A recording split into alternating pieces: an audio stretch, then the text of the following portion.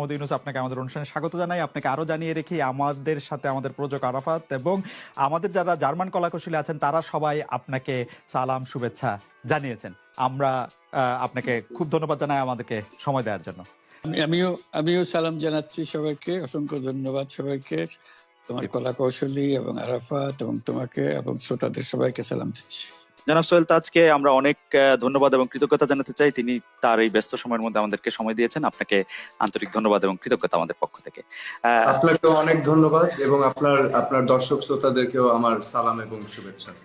সোহেল ভাই, একটি প্রশ্ন এখন আসলে সবচেয়ে বেশি আসছে যে অন্তর্বর্তীকালীন সরকারের যে কাঠামো তৈরি হচ্ছে, সেই অন্তর্বর্তীকালীন সরকারের কাঠামোটাকে আপনি আসলে কিভাবে দেখছেন?